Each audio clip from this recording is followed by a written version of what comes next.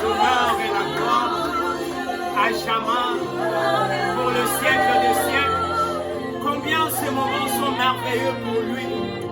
pour lui seul. Et la gloire revient à l'éternel Dieu Tout-Puissant. Nous le bénissons pour ce merveilleux moment de éclairer. Un moment tant merveilleux que nous venons dans la présence du Seigneur. Non seulement nous venons pour éclairer, apporter plus de lumière par rapport à ces chants libonza, mais c'est un moment qui doit nous réconforter dans nos familles, dans nos maisons, dans nos moments d'adoration. C'est tellement notre but et c'est ça même l'objectif qui nous pousse à venir auprès de vous, peuple du Seigneur, chers bien-aimés, non seulement expliciter les paroles chantées, mais aussi apporter consolation auprès de vous. Que Dieu soit béni, qu'il soit élevé par rapport à ces moments tant merveilleux. Alors, bien-aimés dans le Seigneur, ces textes de Libonza, c'est ce qui définit même le commencement de toutes choses. Dieu, il s'adorait pour dire qu'il recevait l'offrande qui était l'offrande d'adoration. Il recevait tout par lui-même parce que la Bible dit il se suffit à lui-même. Et lorsqu'il est entré dans les temps pour commencer la création, ce qui nous émerveille et ce qui est encore plus intéressant, après avoir créé l'homme, après avoir créé tout ce qui devait être fait par le Dieu très haut, comme nous avions toujours l'habitude de le dire, il est le créateur incréé. Le Dieu que nous venons vous exposer ce soir, il n'a ni commencement, il n'a ni fin, mais il est le commencement et la fin de toutes choses. C'est-à-dire que quand l'homme a péché, l'option meilleure que Dieu s'est choisie pour sauver encore l'homme, pour amener encore l'homme dans l'idée de l'offrande, Dieu s'est choisi un animal pour dire Dieu s'est offert, Dieu s'est donné lui-même. Quand nous parlons de l'offrande, premièrement, nous voyons Dieu. Premièrement, nous établissons la relation que Dieu a avec lui-même. Nous avions toujours l'habitude de dire ce qui intéresse Dieu, ce n'est pas nos avoirs, mais c'est plutôt l'être qui vient pour offrir, l'être qui vient pour se donner à Dieu. Parce que lui, il s'est donné lui-même. Et ce qu'il attend de nous est que nous puissions donner sa personne qui réside en nous.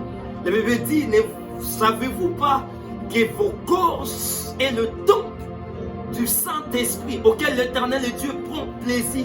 La meilleure offrande, c'est remettre à Dieu sa personne qui est en nous. La meilleure offrande, c'est redonner à Dieu sa nature qui réside en nous. Raison pour laquelle l'apôtre Paul il va plus loin pour dire aux Romains, oui, offrons nos corps comme un sacrifice vivant que nous devons donner à l'Éternel. Christ en nous, c'est la vie. Et cette vie-là que nous devons le rendre. Christ en nous, c'est l'espérance de la gloire. Et c'est cette gloire-là que nous venons lui accorder. Ce n'est pas à nous, ce n'est pas pour nous satisfaire nous, mais c'est pour qu'il prenne place dans ce que nous venons offrir. Raison pour laquelle d'habitude nous allons plus loin pour dire ce qui impacte Dieu, ce n'est pas nos avoirs que nous apportons au devant de lui. Parce que quand Abel est venu offrir, la Bible dit, l'Éternel porta un regard favorable. C'était pas d'abord sur ce qu'Abel avait apporté, c'était sur ce qu'était Abel. L'offrande, ce n'est pas les billets de banque que tu as, l'offrande c'est la personne que tu es. L'offrande, ce ne sont pas les parcelles que nous possédons, mais l'offrande c'est la vie que nous avions avec le Seigneur. C'est l'intimité que nous avions avec Dieu, raison pour laquelle nous avions souvent l'habitude de dire avec la famille El Shama que l'offrande c'est la relation que nous établissons avec le Seigneur. L'offrande c'est l'intimité que nous établissons avec le Dieu très haut. Si tu n'as pas encore découvert Dieu d'une certaine manière, l'offrande te poussera à le connaître d'une certaine manière. L'offrande c'est la dimension qui nous permet de connaître Dieu plus que nous l'avions connu avant. Est-ce que quelqu'un peut nous donner un bon amen? Je disais que l'offrande, c'est cette dimension qui nous pousse à connaître Dieu au-delà de la manière dont nous l'avions connu auparavant. C'est par l'offrande qu'Abraham a connu Dieu dans une certaine dimension qu'il n'avait pas avant. L'Éternel Dieu l'a apparu de multiples façons et de multiples manières. Mais pour offrir Isaac, c'est dit, Abraham s'est dit, je vais offrir à l'Éternel ce que je suis moi-même. Parce que Isaac, c'était le fruit des entrailles d'Abraham. Pour dire d'une autre manière, Isaac représentait Abraham lui-même. C'est en ce moment-là qu'Abraham a compris une autre dimension avec le Seigneur. Parce qu'en ce moment-là, l'Éternel va aussi comprendre que la dimension de la connaissance d'Abraham a changé, parce qu'après l'Éternel lui dira, Abraham, c'est maintenant que j'ai compris que tu m'aimes. Souvent la question que je me pose depuis tout ce temps-là, Abraham a quitté sa famille, a quitté son patrie, a quitté sa maison, sa patrie, voulais-je dire, Seigneur, tu n'as pas connu, tu n'as pas su qu'Abraham t'aimait, mais il a fallu seulement que par offrande pour que tu puisses comprendre en réalité qu'Abraham t'aime. Oui, la manifestation de notre amour envers l'Éternel, c'est par l'offrande. Comme on dit, quand on aime, on ne parle pas seulement, mais on donne. Nous disons que nous aimons Dieu par nos chants, nous disons que nous aimons Dieu par nos programmes de prière. Est-ce qu'en réalité, c'est ce corps-là qui manifeste la véritable relation que nous pouvons avoir avec le Seigneur? Voilà comment est-ce que Dieu est merveilleux par cette offrande. Ce qui est important, c'est toi la personne qui apporte les avoirs.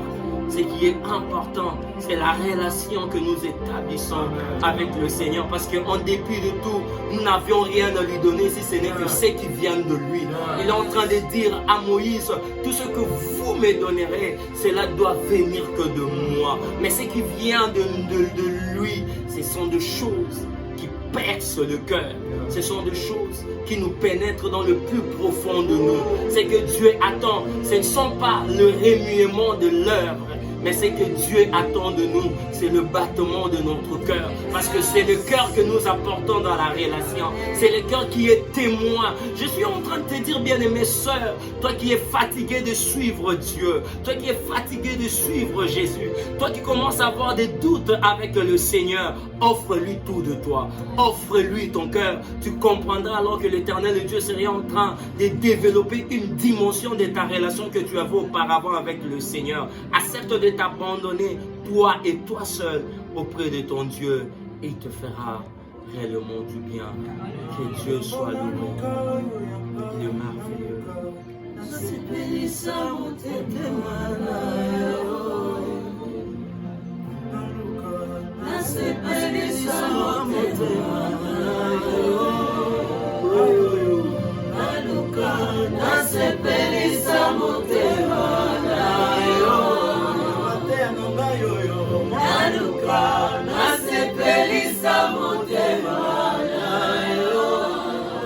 Avec les autres mains, nasepelisa motema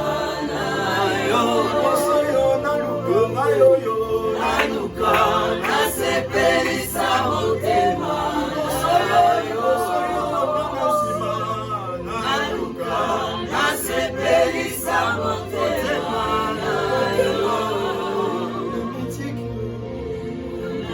siki amale.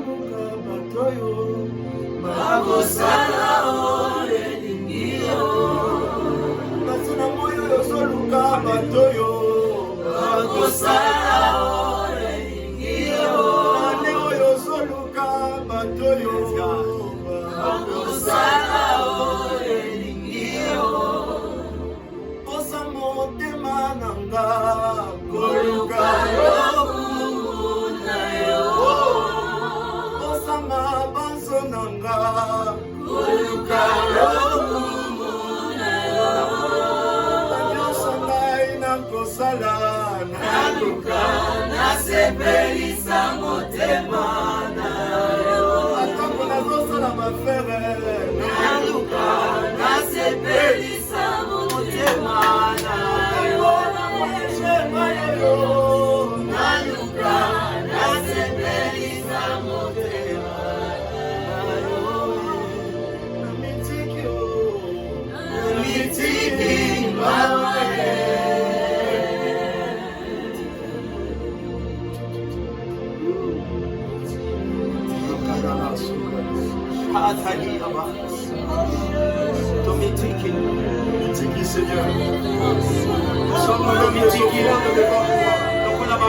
motuya liboso na yo.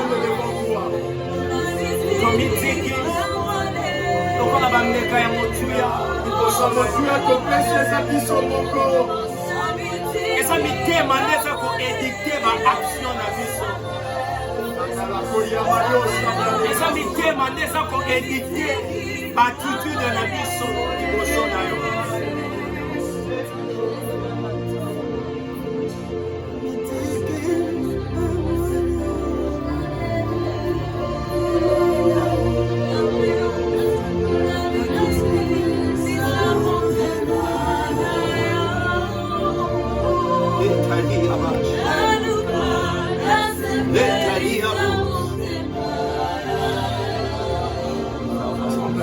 Très fort pour le roi.